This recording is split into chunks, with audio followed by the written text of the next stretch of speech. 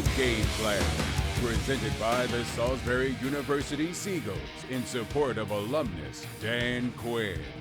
Welcome into The Gameplan with head coach Dan Quinn, Logan Paulsen. I'm your host, Bryan Colbert Jr. We're here in the Big Bear AI Command Center studio. Coach, overtime at the crib. It didn't go our way. However, moments like that have to give us some momentum and some extra energy, right?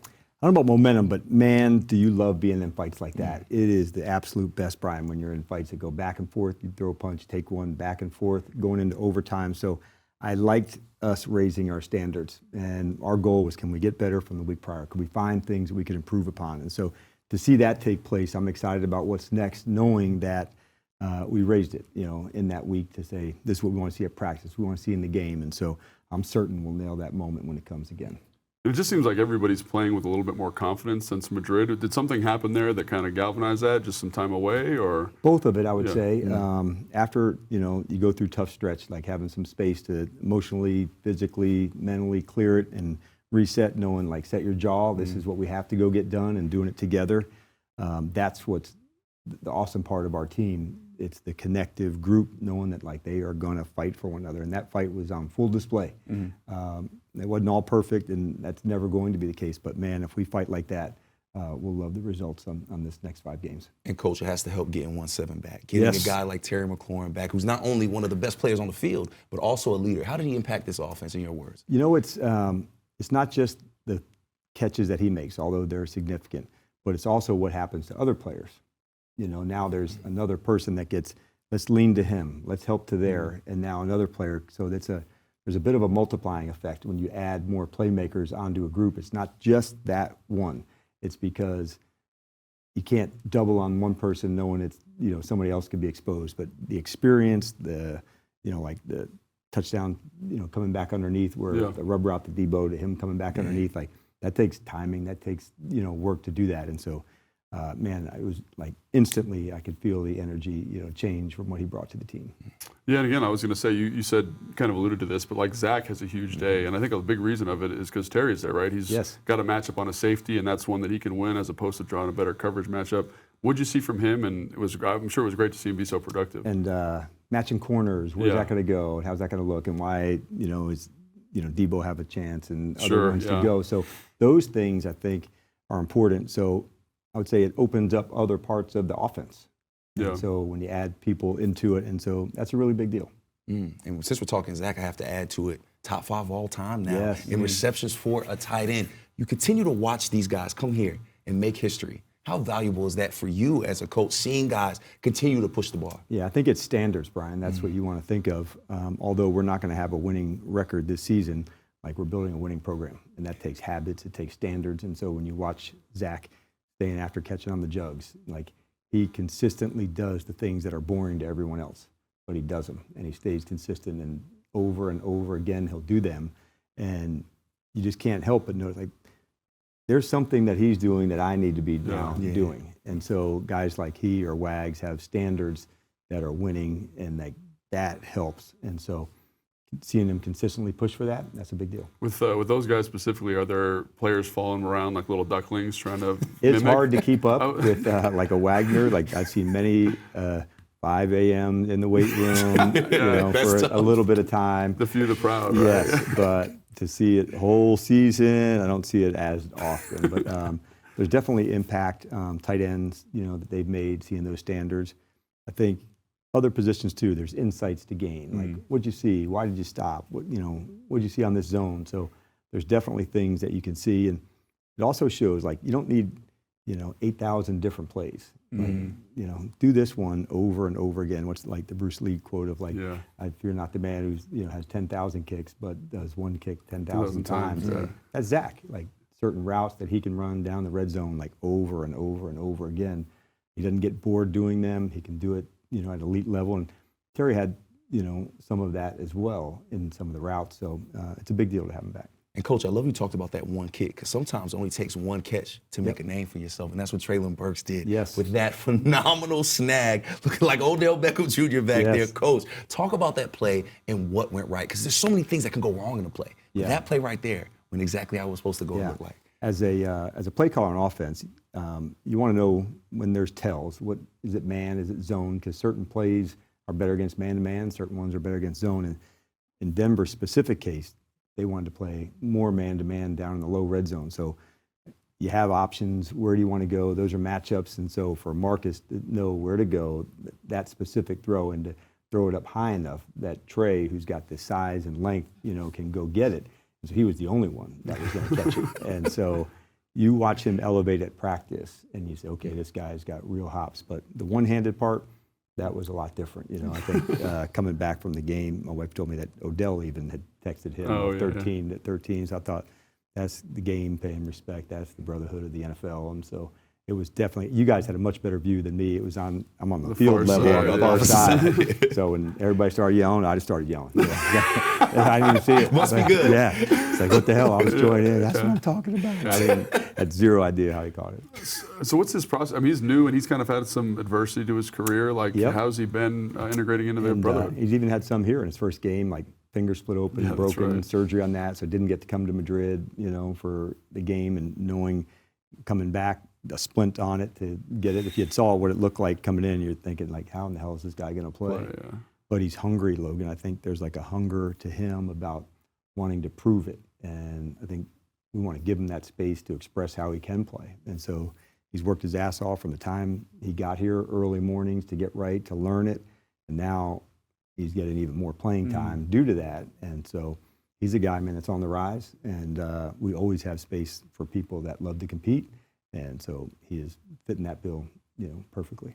And we talked about you getting witness history. It wasn't just on the offensive side. It's on the defensive side as well. Bobby Wagner continues to make history, continues to do big things. And that interception, it came right to him. However, he still had to come down when he caught it. How exciting was that for you? How many? And I thought it was good because, like he's got plenty of experience of playing in zone. And so on that particular interception, they're trying to throw one behind him. And how do I have vision on the quarterback so I can make a break to go? And so sometimes you match somebody to the flat, you match them to the flat, and now you don't. And so having the ability to, do both, that's a big deal where you can change the look. But it was so funny talking to him. It was Sunday morning. I went, down to watch film, and he was already, leaving. And I said, man, you're going to get the ball today. I don't know if it's going to be a fumble recovery, interception. Like we had talked about it. And I just felt it. And so that was a big play for us in the fourth quarter, where that was where we needed it the most. And so I thought that's like him to come up in the biggest moments. Yeah, absolutely. And, he's such an interesting guy because you knew him like when you kind of first started out, your time in Seattle. Like, how's the communication? Does he help you kind of as you've started calling plays for the defense in any way? For sure, I lean in on him. Is there more or less anything that you'd want to see or anything that you take out? And he would communicate with me if there was. Yeah. And so more of them are good. And so I said, okay. Yeah. But he's very disciplined in what he does and how he goes about it. He's able to communicate, direct it. But the best thing that he does, man, can he tackle?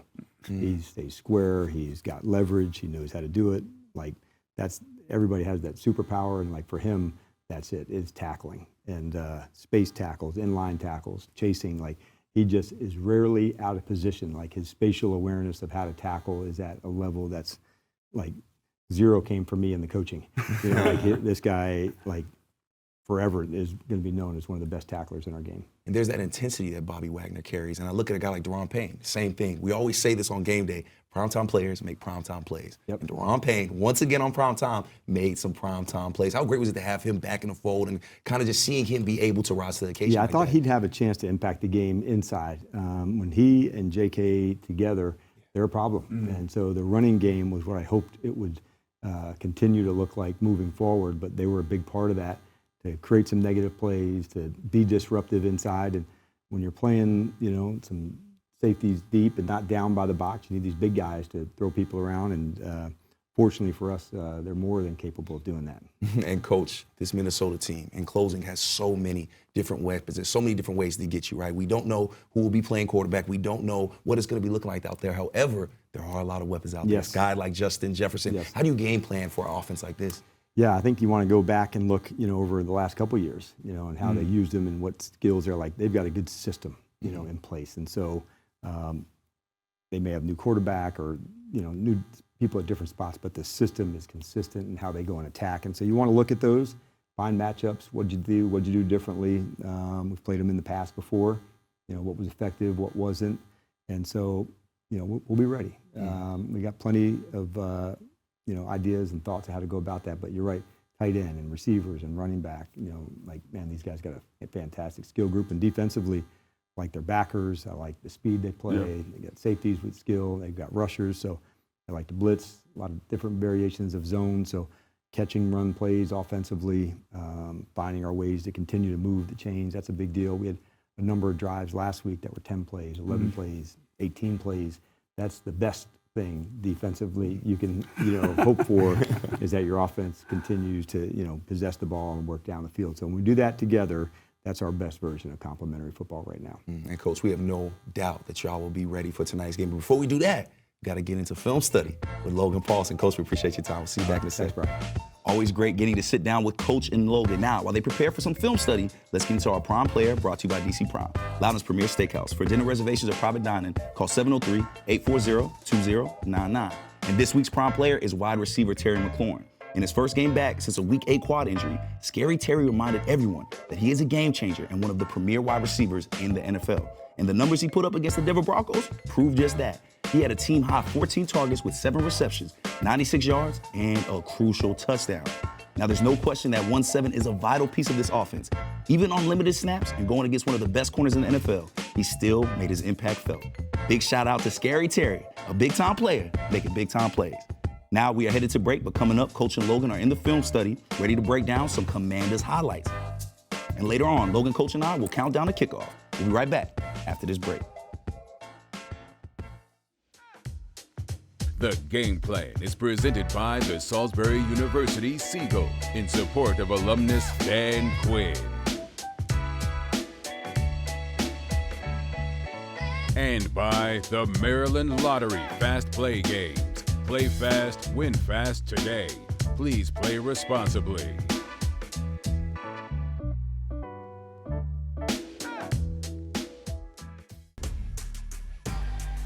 Welcome back into the Game Plan with Dan Quinn, presented by Salisbury University. It's time for film study, sponsored by Salisbury University Seagulls in support of alumnus Dan Quinn. Take it away, Coach and Lo.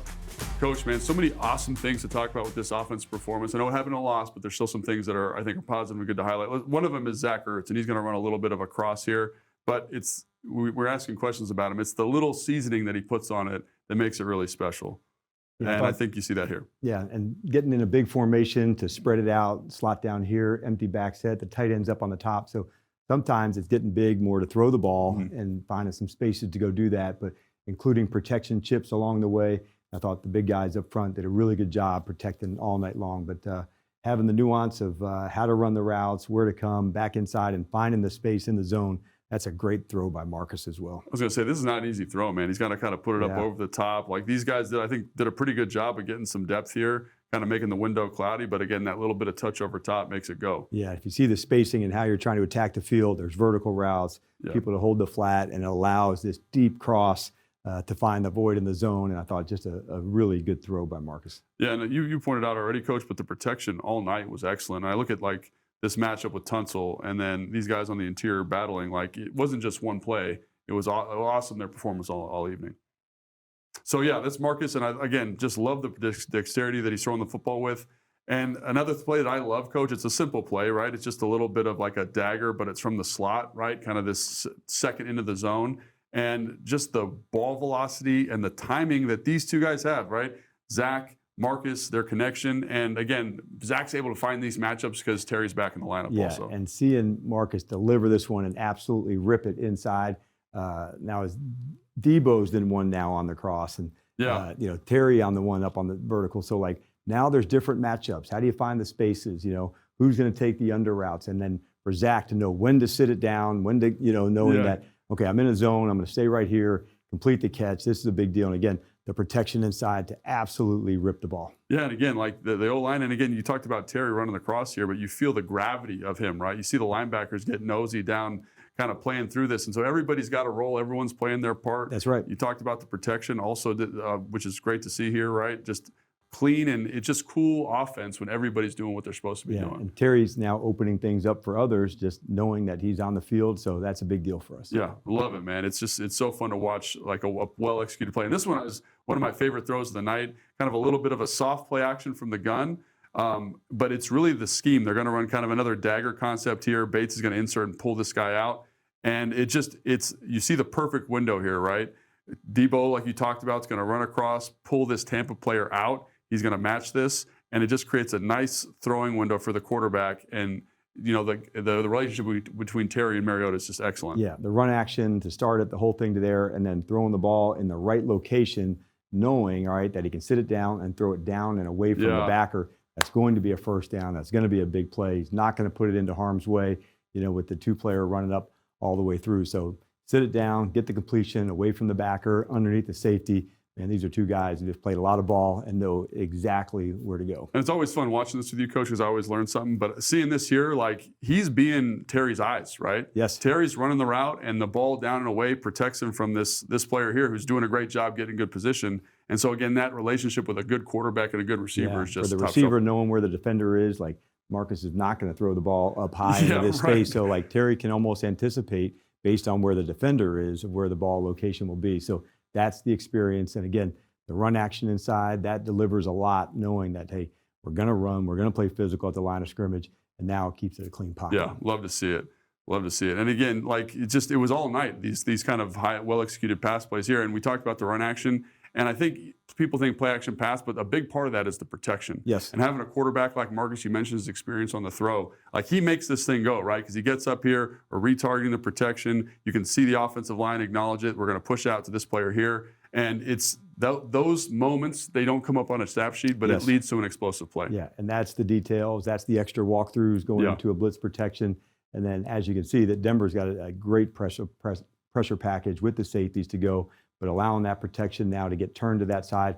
Now you've got chance because they have one less player who's into the coverage. And so when you see that spot, and this is one of the things on the snap down with Terry, catch, being ready to drop step and go at it again. And just feeling those zones is fantastic by Terry. And again, it's so funny because he's been injured, obviously hasn't been out there, but it felt like they didn't miss a beat in terms of their connection, which, again, it's banked reps that they've had from this offseason to make this go. Yeah, this is a big deal. And so for him to be back in, it just opens up so much more in the offense. And so, man, we're excited to have him back. Coach, I can't wait to watch you guys tonight.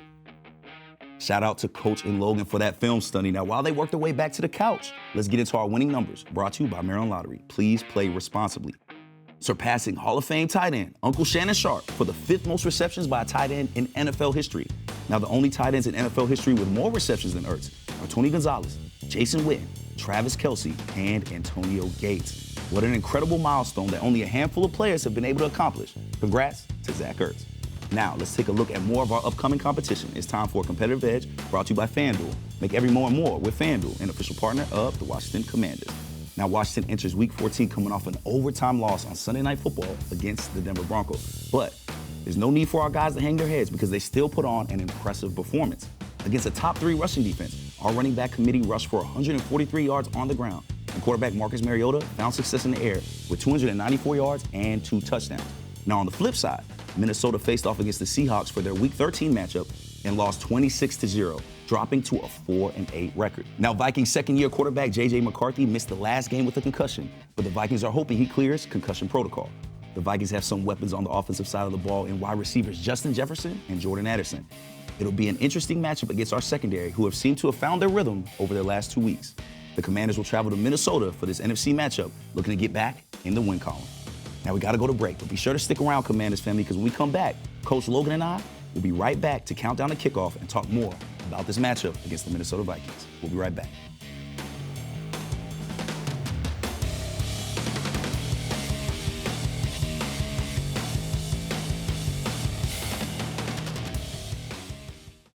Welcome back into the Game Plan with head coach Dan Quinn, sponsored by Salisbury University Seagulls in support of alumnus Dan Quinn. Now it's time for your must-watch moment, presented by Marsh McLennan Agency. On primetime, Burks had heads turning on what could be the catch of the year. Number 13 did his best Odell Beckham Jr. impression with this insane touchdown catch that gave us the lead in the third quarter.